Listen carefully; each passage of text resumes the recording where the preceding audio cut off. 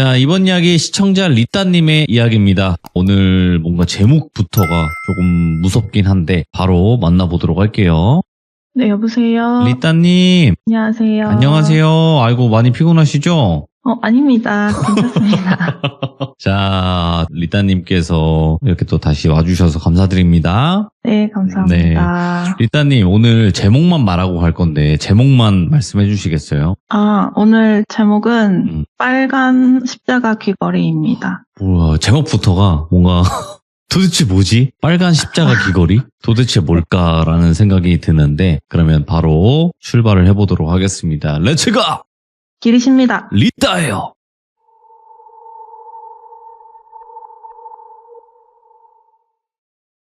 이 이야기는 제가 겨울밤 어떤 지하철역에서부터 시작되는 이야기입니다. 제가 대학 막바지쯤에 졸업할 때까지 친구들도 되게 많이 생겼었거든요. 그래서 그날은 과는 다르지만 좀 친해지게 된 어떤 언니 커플하고 밤 늦게까지 같이 놀게 됐어요.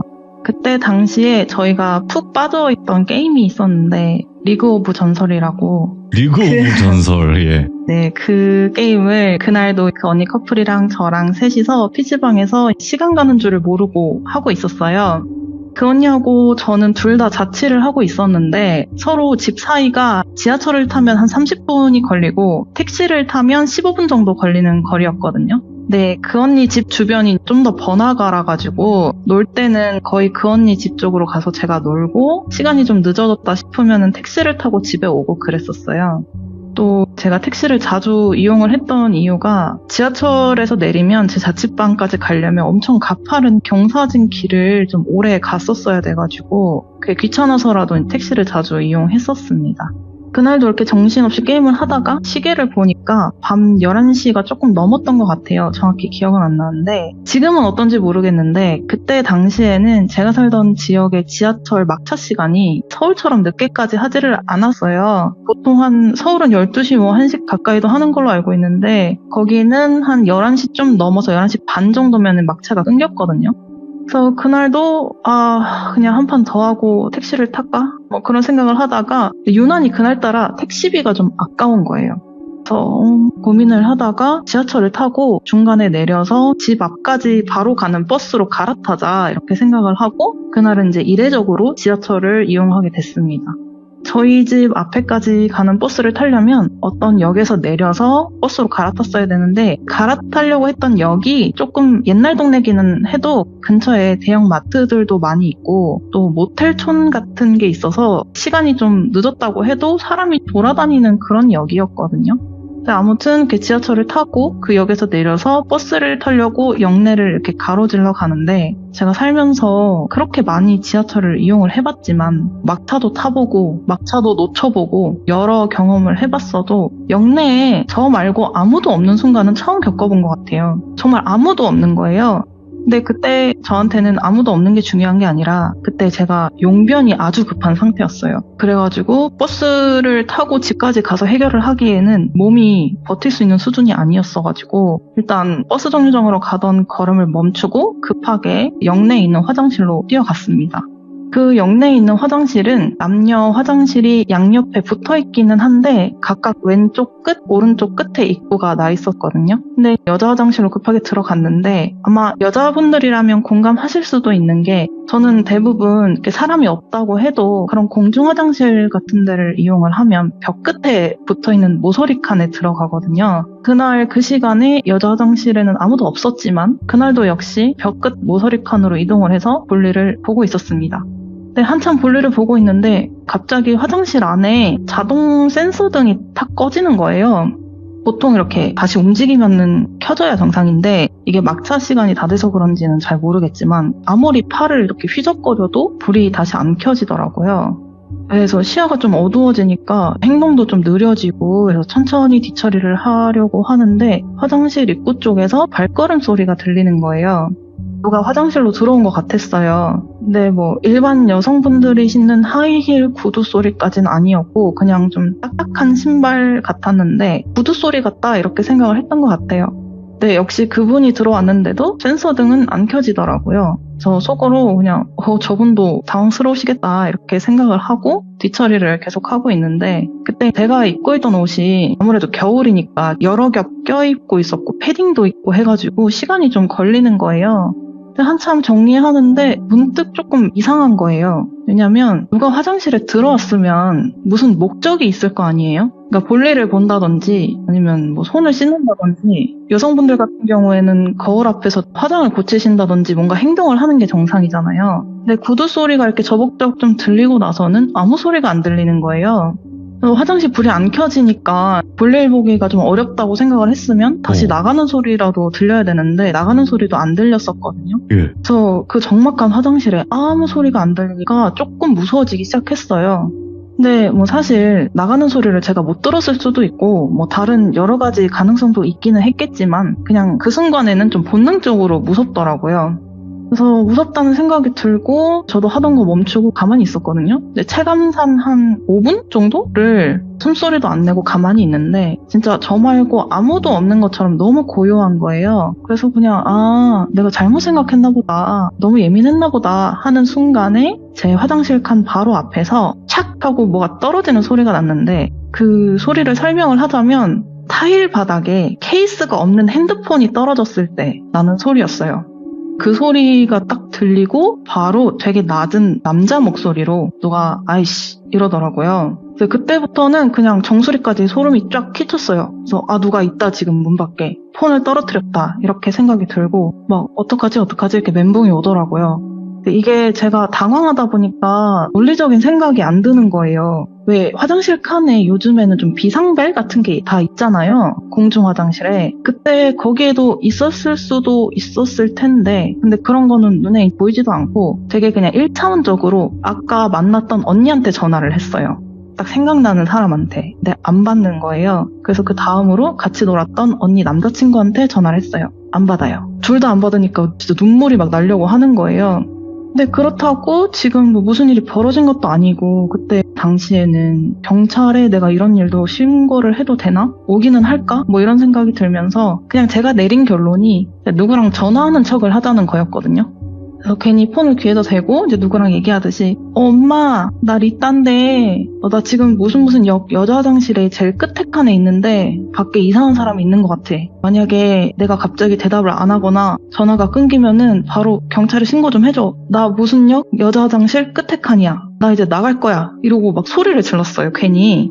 네, 사실 거기가 공중 화장실이니까 뭐 다른 사람이 들어온 게 이상한 상황은 아니었지만 그냥 왠지 위협적인 상황인 것처럼 느껴지더라고요, 저한테는. 그래서 나 이제 나간다. 하나, 둘 하고 나름대로 페이크를 주려고 보통은 하나, 둘, 셋 이게 국룰이잖아요. 근데 그냥 하나, 둘 할 때 문을 팍 열고 미친 듯이 뛰었어요. 화장실을 나와서 이제 눈도 못 뜨고 막 뛰는데 얼마 못 가서 순찰하시던 영무원 분이랑 이렇게 부딪힌 거예요, 제가. 그 영무원 분이 막 왜 그러시냐고, 아가씨 괜찮냐고 이렇게 물어보시더라고요. 근데 이제 저는 이제 너무 경황이 없고 그래갖고 대답도 잘 못하고 그냥 막 헉헉거리면서 저도 모르게 뒤를 돌아서 화장실 쪽을 바라봤거든요. 근데 거기 남자 여자 화장실이 붙어있다고 했었잖아요. 근데 키도 좀 작고 되게 왜소한데 정말 얼굴만 정장 차림에 머리도 약간 포마드로 올린 어떤 아저씨가 여자 화장실 입구에서 뭐라고 설명해야 되지? 양팔 양다리를 좌우로 이렇게 흔들면서 엄청 빠르게 후다닥 남자 화장실 입구로 들어가는 거예요. 그리고 남자 화장실에서는 되게 천천히 볼일 보고 나온 사람인 것 마냥 걸어 나오더라고요. 영무원분은 그 남자를 못 봤어요. 제가 그때 그 아저씨랑 저랑 눈이 딱 마주쳤어요. 저를 빤히 보더라고요. 근데 그게 진짜 무섭게 쳐다보더라고요. 살면서 좀 처음 보는 그런 눈이었어요. 맛이 가 있는 눈? 그래서 이제 막 뭐야 저 사람 이렇게 하는데 눈에 하나 띄는 게 이렇게 그 사람 정장 착장이랑 좀 되게 안 어울리게 귀걸이를 하고 있는데 한쪽에만 되게 반짝반짝거리는 빨간색의 짧게 딸랑거리는 귀걸이였는데 그게 눈에 확 띄더라고요. 어쨌든 막 정신이 팍 들어가지고 그 영무원분 손을 제가 뿌리치고 다시 뛰었어요. 그래서 뒤도 안 돌아보고 이제 눈에 보이는 아무 택시를 잡아서 집 쪽으로 왔어요. 근데 막상 혼자 있기가 좀 무섭더라고요. 그래갖고 또 제가 사는 자취방 옆 건물에 아는 친구가 살았어가지고 그 친구를 A라고 할게요. A한테 전화를 해서 야, 나 오늘 하루만 너네 집에서 좀 자도 되냐고 하고 그 친구네로 갔습니다. A한테 막 있었던 일을 얘기를 했더니 그 친구는 뭐 네가 너무 예민했던 거 아니냐, 남자 화장실에서 그냥 나오신 거를 네가 잘못 본 거 아니냐 막 이렇게 하고 말더라고요. 근데 아니 제가 그 정도도 구분을 못 했겠어요. 여자 화장실에서 남자 화장실 쪽으로 그렇게 뛰어가던 모습이 아직도 눈에 훤한데, 아무튼 그날은 그렇게 A네 집에서 하루 자고 다음날부터는 그냥 다시 제 자취방으로 돌아가서 생활을 계속 했습니다. 그렇게 며칠이 별일 없이 지나가면서 그 일은 그냥 해프닝으로 잊혀지고 있었어요. 정확하게 4일이 지났을 때 새벽 3시쯤에 무슨 소리가 들려서 깼어요. 그 도어락 누르는 소리 있잖아요. 이렇게 삑삑삑 이런 소리가 들려서 깼는데 누가 저희 집 현관 도어락을 누르고 있더라고요. 당연히 안 열렸죠. 그때 제가 남자친구도 없었고 그때는 저는 집을 막 이렇게 친구들처럼 아지트처럼 쓰는 스타일은 아니었어서 저희 집 비밀번호는 저밖에 몰랐거든요. 네, 근데 이제 사실 그 주변이 다 대학가고 원룸촌이라서 세입자가 거의 90% 이상이 다 대학생들이었기 때문에 진짜 가끔 가다가 술 먹고 이제 자기 집인지 옆집인지 막 헷갈려가지고 실수로 이렇게 도어락을 누르고 하는 경우도 가끔 있었어요. 그래서 그냥 또 누가 진탕 취했나 보다 하고 다시 자려고 하는데 도어락을 또 누르는 거예요.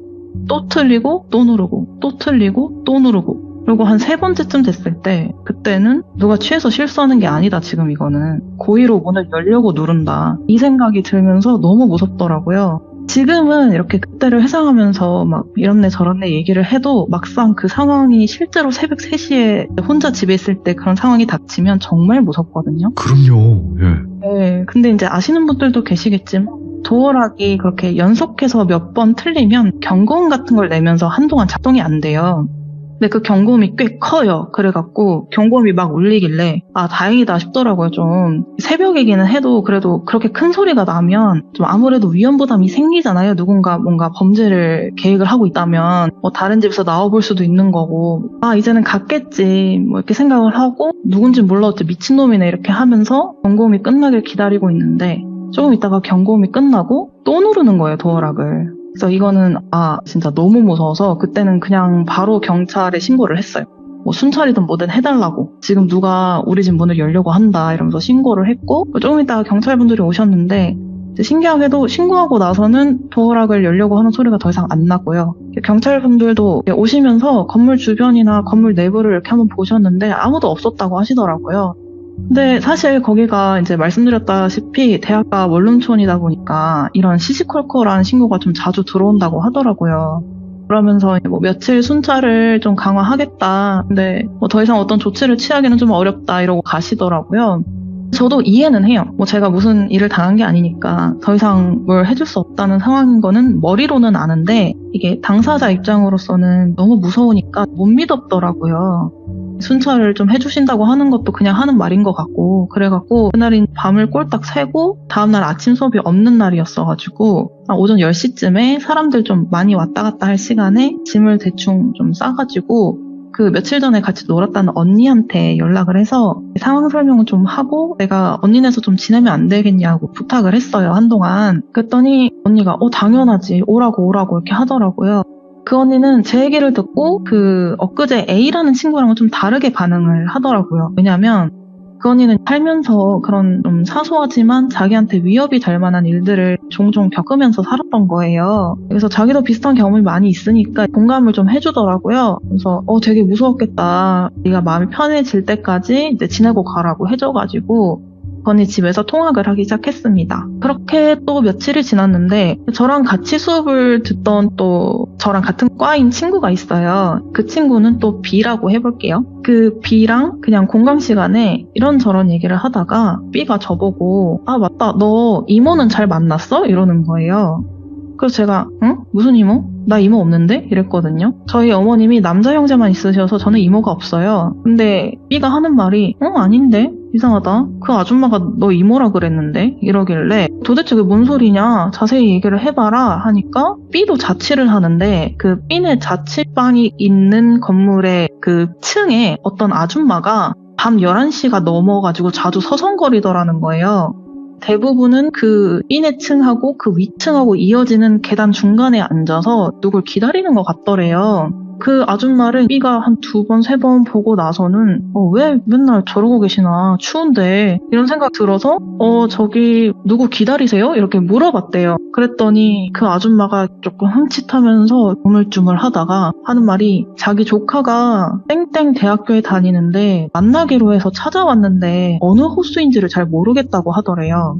그래서 그 B가 조카 이름이 뭔데요? 이랬어요. B도 자기 친구일 수 있기도 하고 하니까 그러니까 그 아줌마가 이름 얘기는 안 하고 생김새를 묘사하더라는 거예요. 근데 뭐라고 했냐면 형광색 같은 하늘색 긴 패딩을 입고 다니는데 단발에 키는 이 정도 되고 여자애다 이렇게 했대요. 그때가 겨울이라고 했잖아요. 제가 평소에 되게 자주 가는 학교 근처의 옷가게에서 되게 쨍한 민트색 롱패딩을 파는데 제 눈에 너무 예뻐 보이는 거예요. 그래서 알바도 하고 그럴 때였어가지고 열심히 모아가지고 그 패딩을 결국에 사고 겨울 내내 거의 그 패딩만 입고 다녔었거든요. 근데 제 친구들은 야, 그 패딩 좀 갖다 버려라. 진짜 색도 너무 쨍하고 별론데 뭐가 좋다고 그 돈 주고 샀냐. 좀 비쌌어요. 막 놀렸어요, 친구들이. 근데 제 눈에는 그게 너무 예쁘고 또 이제 제가 알바해가지고 한 달 월급을 다 갖다 바쳐서 얻은 귀한 패딩이라 어때? 이러고 그냥 입고 다녔었거든요. 근데 B가 하는 말이 우리 대학교에서 민트색 롱패딩 입고 다니는 단발 여자애가 너밖에 더 있냐. 바로 넌 줄 알고 옆 건물 몇 호에 산다라고 알려줬다는 거예요.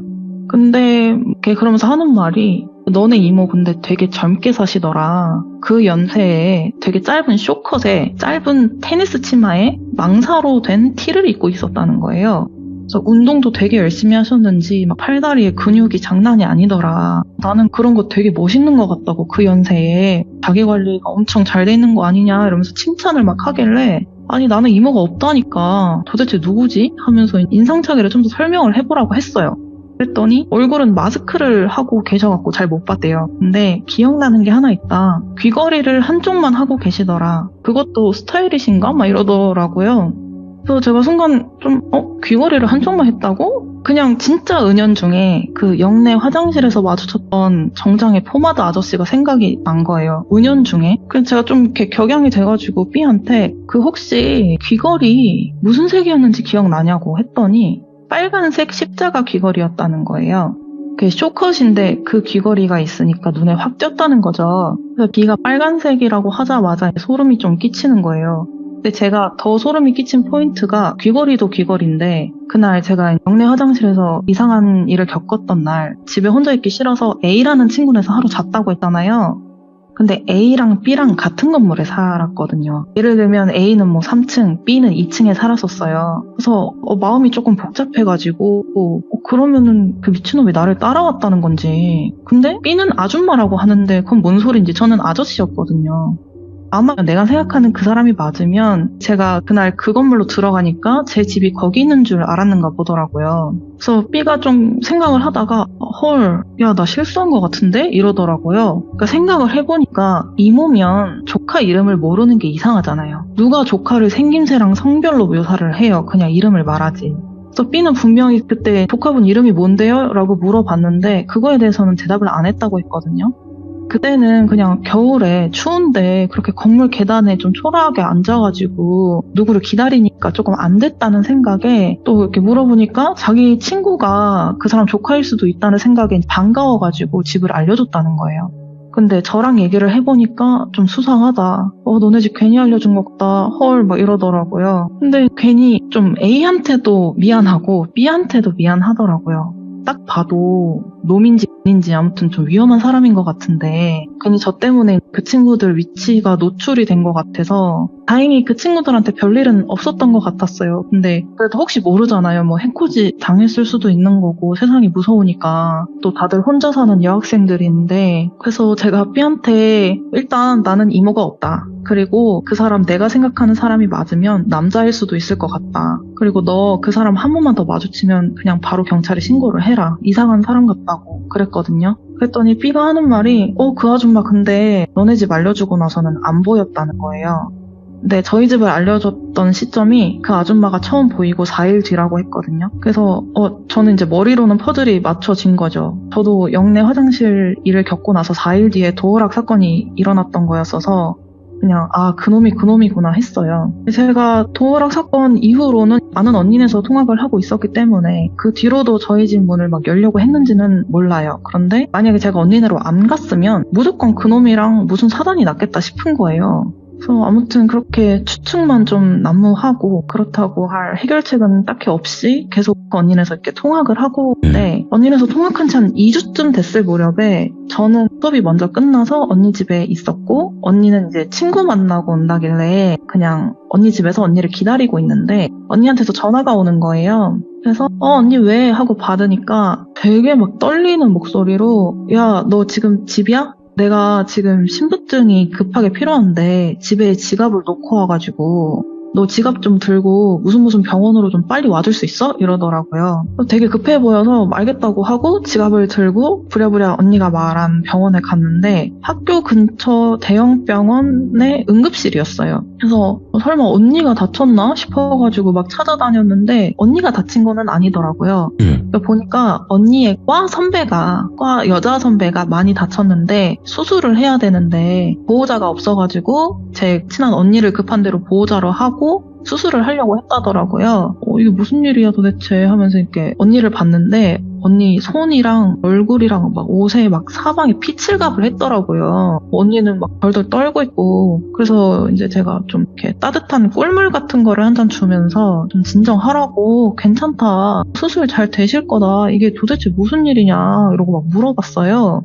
그랬더니 언니가 하는 말이 그날 그 다친 선배랑 저녁 약속이 있었대요. 그래서 약속 장소에서 기다리는데 한참을 기다려도 안 오길래 전화를 해봤는데 전화도 안 받더래요. 근데 평소에 그 선배가 이렇게 약속을 연락도 없이 그렇게 파토내고 그런 사람이 아니라서 전화를 몇 번 더 해본 거예요. 근데 결국에 전화를 받기는 받았대요. 근데 완전히 기어들어가는 목소리로 그 선배가 야, 나 다친 것 같아. 피가 엄청 많이 나. 어지러워. 이러더래요. 그래서 언니가 깜짝 놀라가지고 지금 어디냐고 했더니 집이라고 했대요. 그래서 언니가 그 선배 집을 알고 있으니까 119에다 신고를 한 거예요. 그래서 언니도 그 선배네로 달려가고 이게 둘 다 학교 끝나고 만나기로 한 거여서 다 학교 근처에 있었거든요. 그리고 그 선배 집도 뭐 거기서 거기고 하니까 그 선배네로 가서 같이 응급차에 타서 보호자로 병원에 온 거죠. 근데 선배가 옷을 입고 있어서 어떻게 다친지는 잘 몰라도 이 옆구리 쪽에서 피를 엄청나게 흘리는 것 같더래요. 응급차에 이송이 되고 할 때 언니가 그 선배 옆구리를 이렇게 지혈하려고 막 잡고 끌고 하면서 언니 손이랑 이렇게 여기저기에도 피가 묻은 것 같더라고요. 근데 이 선배가 정신을 잃으면 안 되니까 언니가 계속 말을 걸었대요. 그래서 선배 정신 차려. 무슨 일이야? 왜 이렇게 됐어? 어디다가 다쳤어? 막 이러면서 막 말을 걸었대요. 근데 그 선배가 하는 말이 이렇게 뜨문뜨문 하는 말이 이제 학교 끝나고 집으로 가는 길이었대요.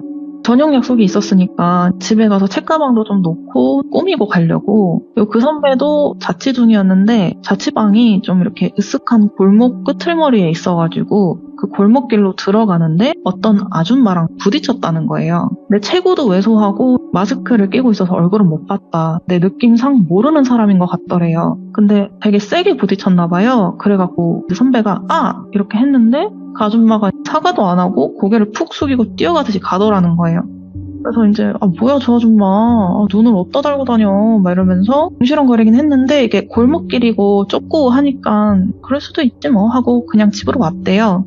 네, 자취하시는 대학생분들은 공감하시겠지만 그 자취하면서 난방을 마음 놓고 틀기가 부담스럽잖아요. 대신 겨울에는 좀 필수로 전기장판을 켜놓거든요. 근데 그날도 너무 추웠어가지고 침대에 전기장판을 켜놓고 이제 학교에 갔어서 집에 오자마자 옷도 안 벗고 방에 불도 안 켜고 그냥 침대에 누운 거예요. 근데 약속 시간까지 좀 남았으니까 조금만 침대에 누워 있을까 했는데 좀 따뜻하고 이렇게 노곤노곤해가지고 잠에 들었다는 거예요. 그리고 얼마나 잤을까? 약속이 있었던 게 이제 번뜩 생각이 나가지고 눈을 떴는데 침대가 축축하더래요. 그래서 뭐야 전기장판이 뜨거워가지고 내가 땀을 흘렸나 싶어서 불도 안 켰었으니까 안 보이니까 침대를 이렇게 더듬더듬 하는데 이게 땀에 젖은 게 아니라 거의 물을 쏟은 것 마냥 찰박찰박 하더라는 거예요. 그래서 그 선배는 설마 내가 이 나이 먹고 지금 침대에다가 실례를 했나 싶어서 화장실로 뛰어갔는데 거울에 비친 게 자기 손에 피 그리고 옷도 다 피에 젖어 있더래요. 그래서 뭐야? 이게 뭐지? 어디서 난 거지? 이러면서 옷을 패딩부터 해가지고 한 겹 한 겹 이렇게 들춰보는데 자기 옆구리에서 피가 진짜 울컥울컥 나오고 있더래요. 근데 그 상처를 자기 눈으로 보니까 그때부터 이제 통증이랑 밀려오면서 기절할 뻔했다는 거예요. 근데 그때 제 친한 언니가 타이밍 좋게 전화를 한 거고 다쳤다고 얘기를 해서 이렇게 된 거다. 근데 자기가 분명히 학교 끝나고 집에 오는 골목길에 들어올 때까지만 해도 아무 이상 없었다는 거예요. 아마 무슨 일이 생겼다면 그 아줌마랑 부딪혔을 때 그 아줌마가 뭘로 나를 것 같다. 날카로운 걸로. 근데 그땐 몰랐대요. 그때는 그냥 부딪힌 줄만 알았지 전혀 아무런 통증이나 그런 게 없었다는 거예요. 근데 이제 화장실에 가서 옷을 들어 올릴 때까지도 안 아팠대요, 사실. 근데 뇌가 인지를 못한 거예요, 뇌가. 이제 상처를 눈으로 보고 피가 나오는 걸 보고 나서야 이제 상황 파악이 되고 아프기 시작했다는 거예요. 그러면서 막 언니가 저한테 이제 자기가 들었던 얘기들을 이렇게 해주면서 세상 진짜 무섭다. 무슨 이런 일이 다 있냐. 우리 선배 수술 잘 돼야 되는데 어떡해. 막 이러더라고요. 저도 진짜 뭐라고 할 말이 없는 거예요. 무슨 말을 하겠어요, 거기서. 그래서 그냥 잘 될 거라고, 수술 잘 될 거라고 이렇게 위로하면서 같이 기다렸어요.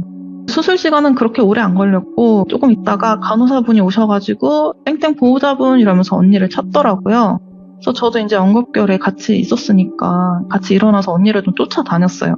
간호사분이 언니한테 뭐 수술은 잘 됐고 의식도 있으신데 피를 좀 많이 흘리셔서 좀 정신이 없을 수 있다 이러면서 이런저런 안내를 좀 받고 같이 그 선배한테 갔습니다. 눈을 간신히 뜨고 계시더라고요. 그래갖고 언니가 선배한테 수술 잘 됐다더라. 다행이다. 선배 부모한테는 내가 연락을 할게. 이렇게 하더라고요. 그랬더니 선배가 저쪽 선반에 내 소지품들이 있는데 네가 좀 챙겨달라고 하더라고요, 언니한테. 언니가 알겠다고 잘 챙기겠다. 선배는 회복할 생각만 해라 하고 언니가 저를 보면서 리따야 네가 나 대신에 선배 소지품 좀 챙겨서 우리 집으로 좀 가 있을래? 나는 선배 옆에 좀 있을게 이러길래 그 정도야 알겠다고 언니가 잘 좀 받으려라 하고 선배 소지품이 있다는 쪽으로 가서 봤는데 제가 얼어붙었어요. 그 소지품을 보고 너무 놀라가지고. 그 선배 패딩이 저랑 똑같은 민트색 롱패딩이더라고요. 비슷한 것도 아니고 같은 옷가게에서 산 같은 기장에 같은 색의 그냥 같은 제품이었어요. 제가 너무 놀라갖고 그 피칠갑을 한 패딩을 들고 그 선배한테 다시 가서 죄송한데 이 패딩 혹시 어디서 사셨냐고 물어봤거든요. 그랬더니 아니나 다를까 제가 패딩을 샀던 그 학교 근처 옷가게에서 사셨다더라고요. 그리고 그 선배도 단발머리였어요. 옆에 있던 언니가 야, 너 왜 그래? 패딩이 왜? 막 이러길래 두 사람한테 근 2주 사이 있었던 일들을 다 얘기를 했어요. 그랬더니 그 선배도 얼굴이 새하얗게 질려가지고 나랑 부딪혔던 그 아줌마도 빨간색 십자가 귀걸이 하고 있었다. 쇼컷인데 그 귀걸이를 하고 있으니까 눈에 너무 확 띄어가지고 그건 기억을 하고 있다는 거예요. 그 진짜 인지 놈인지 그 미친 사람이 솔직히 패딩 색깔이 너무 특이하니까 같은 패딩에 단발머리 한 여자가 우리 학교에서 나오니까 리따 넌 줄 알고 쫓아가서 해코지를 했나 보다 이러고 셋 다 비슷한 추론이 나왔어요. 근데 물론 선배를 해한 사람은 다른 사람일 수도 있죠. 제 도어락을 누르던 사람도 제 친구 B네 자취집 앞에서 서성이던 아줌마도 다 다른 사람일 수도 있는데 그 모든 사람이 하나같이 한쪽만 하고 있는 빨간색 귀걸이를 봤다고 하는데 이게 그냥 우연의 일치일 수가 있을까 싶은 거예요. 사건이 일어난 장소도 다 비슷하고 자취집들도 다 거기서 거기고 또 같은 학교 학생들이니까 다. 그래가지고 너무 무서워가지고 그리고 그 선배한테도 좀 미안하더라고요. 제 잘못은 아니지만 괜히 그냥 같은 패딩 입고 다니다가 피해를 당한 걸 수도 있다 보니까 네. 제가 막 미안하다고 했어요. 나 때문이라고. 어떡하냐고. 그랬더니 선배가 그게 왜 너 때문이냐. 나쁜 맘 먹고 사람을 해한 그 미친놈이 잘못한 거지. 너는 잘못 없으니까 그렇게 생각하지 말라고 하더라고요. 이 새끼 무조건 잡아야 된다. 네. 근데 저희끼리 얘기를 하다가 도대체 그 미친놈은 왜 이따 너를 쫓아다닌 걸까 하면서 의문이 생긴 거예요. 아무리 생각을 해도 그 사람이 저한테 그렇게까지 행동을 할 만한 동기가 없는 것 같은 거예요. 그래서 어쨌든 언니랑 선배가 너도 고생 많았다고 먼저 그냥 집에 가 있으라고 하길래 미안한 마음을 꾹꾹 누르고 알겠다고 하고 언니 집으로 왔습니다. 사실 그때는 이 일이 저랑은 거기서 마무리가 돼요. 그 이후로 저랑 그 선배랑 둘 다 그 패딩 버리고 저는 바로 방 빼가지고 학교랑 되게 먼 곳으로 이사를 갔고요. 그리고 제가 그 다음으로 갔던 데가 저랑 그 선배가 패딩을 샀던 그 옷가게 거기 가서 사장님하고 얘기를 했어요. 사실 그 옷가게가 어디 이렇게 메이크업 브랜드 옷가게가 아니었거든요. 그냥 보세 옷가게인데 그 사장님도 옷을 어디서 떼와서 그냥 파신다고 하더라고요. 예. 그래서 제가 저랑 제 지인의 지인이 이런 일을 겪었다 보니까 그냥 혹시 모르니까 참고만 좀 해주셔라 그랬더니 사장님이 아 그러냐. 근데 안 그래도 사실 몇 개 없었던 제품이래요. 그 패딩이 자기가 떼와서 딱 2개 나갔다더라고요. 그게 저랑 그 선배였고 2개 나가고 2개 남았다. 근데 그런 일이 있었다고 하면 또 자기 가게 찾는 손님들이 대부분 여기 대학교 여학생들인데 혹시 또 관련된 일이 생기면 안 되니까 이 민트색 패딩은 DP는 안 하겠다. 굳이 찾아서 산다는 사람이 있으면 몰라도 DP 안 하겠다고 하시더라고요. 그리고 나서 저는 그 미친놈이 잡혔는지 벌은 제대로 받았는지 이런 게 너무 궁금해가지고 친한 언니한테 그 이후에 몇 번 물어봤었거든요. 근데 어쨌든 만약에 정말 목표가 저였다고 하더라도 저는 일단 직접적인 피해를 입은 건 아니니까 직접적인 피해를 입은 사람이랑 해결을 봐야 되잖아요. 그래서 뭐 그런 거를 언니가 선배랑 친구니까 선배한테 좀 물어봐 줄 수 없겠냐고 이렇게 했었는데 언니가 하는 말이 그 선배가 그 일을 겪고 충격이 너무 크고 근데 그 사건 자체에 대한 해결은 봤대요. 잡힌 것 같더라고요, 범인이. 근데 더 이상 그 사건을 이렇게 떠올리거나 설명하거나 하기가 너무 힘들어 보여서 자기도 딱히 안 물어봤다고 하더라고요. 그러면서 너도 그냥 빨리 잊어버리라고. 그런 일을 계속 끌고 가봐야 너랑 선배만 더 괴롭지. 어쨌든 잡힌 것 같으니까 그냥 맘 놓고 잊어버리라고 하더라고요. 그래서 저도 뭐 그냥 알겠다고 했죠. 그래서 그 일은 그렇게 마음속에 묻어두게 됐습니다. 근데 이번에 시험 준비하면서 이 얘기를 해볼까 싶어서 진짜 오랜만에 그 언니한테 연락을 해봤어요. 저랑 또 그 언니랑 기억도 맞춰보고 뭐 이런 얘기를 하려고 같이 얘기하고 있는데 아 맞다 너 그 범인 어떻게 됐는지 궁금하다고 했었지? 이러면서 자기가 그 선배한테 그 일이 있고 몇 년 뒤에 후일담을 들었다는 거예요. 그거를 이제서 얘기를 해주는 거예요. 제가 그 사이에 안 물어보기도 했었고 그 언니도 괜히 또 잊혀진 기억을 막 들춰서 뭐하냐 싶은 마음에 저한테는 얘기를 이제서 해주는 거예요. 그 미친 사람은 여자가 맞았대요. 아줌마래요. 헐. 나이는 50대고 근데 정신적으로 문제가 있는 사람이래요. 아 여기서 말씀을 드려야 될 게 어떤 성적 차별을 한다거나 뭔가 분란을 조성하려는 의도는 전혀 없습니다. 참고 부탁드릴게요. 근데 이제 정확히 병명은 뭔지 모르겠는데 주로 남장을 하시고 자기가 남장인 상태에서는 남자가 할 법한 행동을 하는 거예요.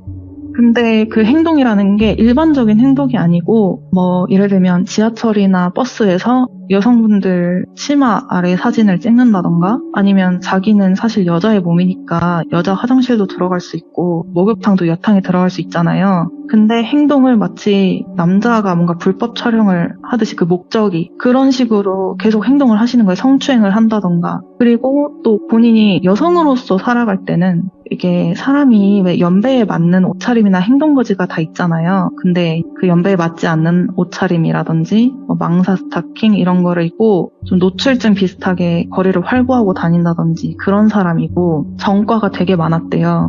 성추행, 일반 폭행, 뭐 음란죄? 뭐 이런 전과가 되게 많았고 근데 재판이라든지 그런 게 어떻게 진행되는지까지는 제가 잘 못 들었는데 그 선배가 사건을 해결 보는 과정에서 그 범인의 범행 동기를 듣게 됐나 봐요. 근데 그 선배가 직접 들은 건지 아니면은 뭐 형사분들이 말씀을 해주신 것까지는 잘 모르겠는데 그 범인의 동기가 리따 너가 맞았다더라. 그날도 남자처럼 차려입고 늦은 시간에 아무 지하철역을 돌아다니는데 자기 나름대로는 먹잇감을 발견을 한 거예요. 역 내에는 아무도 없었고 또 아무도 없는 불 꺼진 여자 화장실에 혼자 들어가는 젊은 여자를 본 거죠. 그게 저였고요. 미쳤네. 그래서 뭐 정확하게 어떤 범죄를 저지르려고 했는지는 모르겠어요. 근데 아마 뭐 도찰 같은 걸 하려고 했나 이런 생각이 들어요, 저는. 그래서 따라 들어와서 대기를 하고 있는데 제가 눈치를 채고 막 전화하면서 호들갑을 떨고 막 문을 박차고 막 소리 지르면서 도망을 갔다는 거예요. 근데 제가 그렇게 행동을 한 게 그 사람한테는 엄청난 수치심으로 다가왔다는 거예요. 그냥 가만히 재미나 같이 보면 되는데 사람을 벌레 취급을 하고 막 소리 지르면서 도망가더라. 그런 애들은 진짜 따끔하게 혼을 내서 정신을 차리게 해줘야 된다고 그랬다는 거예요. 근데 그 뒤로 이제 제가 택시 타고 저희 동네로 오고 그럴 동안에 다 따라온 거예요. 미행하고. 근데 그 주변이 다 원룸촌이고 제일 가까운 학교가 또 저희 학교였다 보니까 저를 특정할 수 있을 만한 게 그날의 옷차림, 단발머리, 원룸촌에 산다. 아마도 여기 대학교 여학생 이렇게 자기 나름대로 특정을 하고 저를 찾아다닌 거예요. 근데 이제 미행을 하다가 운이 좋게도 제 친구였던 B라는 친구를 마주쳐서 어떻게 이렇게 조카 핑계를 대면서 진짜 제 집을 알아내는 데까지 성공을 한 거예요.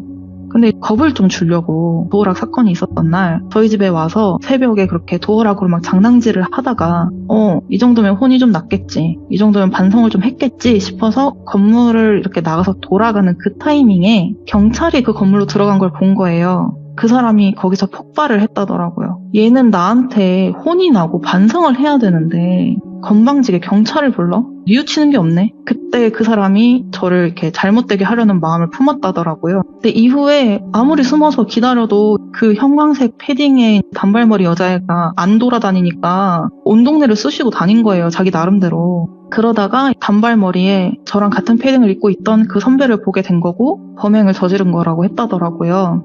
근데 저는 지금까지 그 선배가 저랑 인상착의가 좀 비슷해가지고 그 미친 사람이 그 선배가 저인 줄 알고 잘못 범행을 저지른 거라고 생각을 했었거든요. 근데 그게 아니래요. 그 사람도 알고 있었대요. 그 선배가 제가 아니라는 걸. 근데 아무리 기다려도 자기 원래 목표는 안 보이고 자기 분노는 점점 커져가고 하니까 그러면 그냥 네가 대신 죽어 라는 마음으로 선배를 찔렀다더라고요. 그 얘기 듣고 진짜 벌써 10년이 가까이 된 얘기지만 너무 무섭더라고요.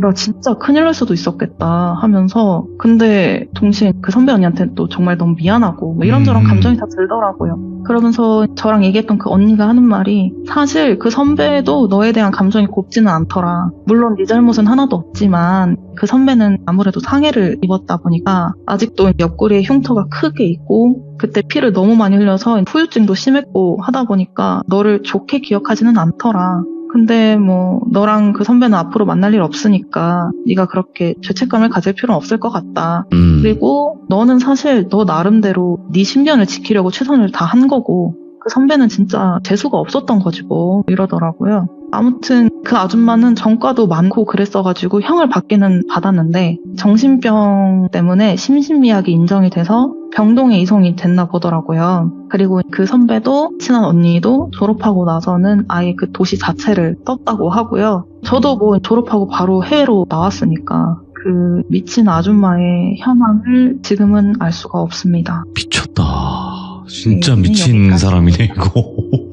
야, 네 진짜 세상에는 다양한 사람들이 있다고는 하지만 이거는 말이 안 돼요. 진짜 이런 행위 자체는. 이거는 그 사람들이 왜 묻지마 범행이라는 게 있다고 맞죠. 하잖아요. 네. 근데 뭐 유명한 묻지마 범죄들이 몇 개 있지만 그 사람들이 뭐 매스컴에 나와서 뭐 동기가 없습니다. 그냥 했어요. 뭐 악마가 시켰어요. 뭐 이렇게 얘기하는 사람들도 많이 있긴 한 것 같은데 제 생각에는 그 사람들은 다 자기만의 이유가 있어요. 남한테는 말을 안 했지만 네. 뭐 진짜 자기만의 아주 깊은 곳에서 자기만의 그런 게 있는 것 같아요. 다. 뭐 너는 진짜 나한테 혼이 났어야 됐다.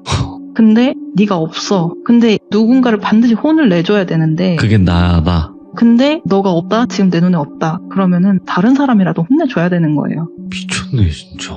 그러니까 생각하는 그 사상 자체가 다 완전히 다른 것 같아요 진짜로. 그러니까요. 저도 그냥 이 얘기 듣고 정말 제 생각지도 못한 반전들이 너무 많아가지고 근데 정말 그 선배한테는 진짜 미안하더라고요. 그 선배는 어쨌든 뭐 저는 사실 그 동네 뜨고 졸업하고 말았는데 그 사람은 몸에 상처도 있고 그 혼자 그거를 좀 감내했을 거를 그 사건 해결하면서 그 사람을 직접 봤을 수도 있고 아니면은 그 형사님들이랑 뭐 계속 얘기를 하고 그 사건을 어쨌든 계속 접했을 거잖아요. 근데 그거를 혼자 감내했을 거라고 생각을 하니까 좀 미안하더라고요. 근데 진짜로 오늘 리따님께서 이 해주신 이야기도 리따님이 너무 상상을 잘하게끔 잘 표현을 해주신 거기 때문에 저희가 그나마 조금이나마 이랬겠구나 라고 동감을 할 수 있었던 그런 이야기였던 것 같고 정말 또 무서운 부분을 말씀하신 게 그 사람들이 아무리 큰 범죄를 저질러도 그 사람들만의 이유가 있어서 더 무서운 거다. 네. 라는 것을 또 알려주셔서 감사드리고 오늘 리따님께서 너무 고생 많으셨고 다음번에 또 꼭 이야기 있으시다면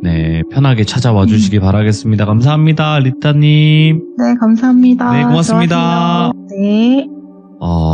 말씀을 진짜 잘하시는 거예요. 예, 이렇게 수많은 분들을 집중할 수 있게끔 만들고 몰입할 수 있게끔 만들고 그리고 그 사건을 더 소름 끼치게 표현할 수 있는 거는 또 리따님의 장점이 아닐까라고 생각을 해요. 저번 이야기도 레전드였고 저저번 이제 첫 번째 이야기도 레전드였는데 정말 말씀을 잘 해주셔서 저희가 잘 듣지 않았을까라고 생각을 하고 여자였다는 게 제일 소름 돋는다라고 하시는 분들도 계신데 또 남자라고 예상하신 분들도 많았을 거예요. 이 이야기를 들으시면서. 근데 여자였다라고 또 밝혀지기도 했으니까 더 섬뜩한 이야기가 아니었을까 생각을 하고요. 세상에는 정말 무섭고 다양한 사람들이 우리 주변에 있습니다. 우리 가족 중에 있을 수도 있어요. 항상 조심하시기 바라겠습니다. 감사합니다.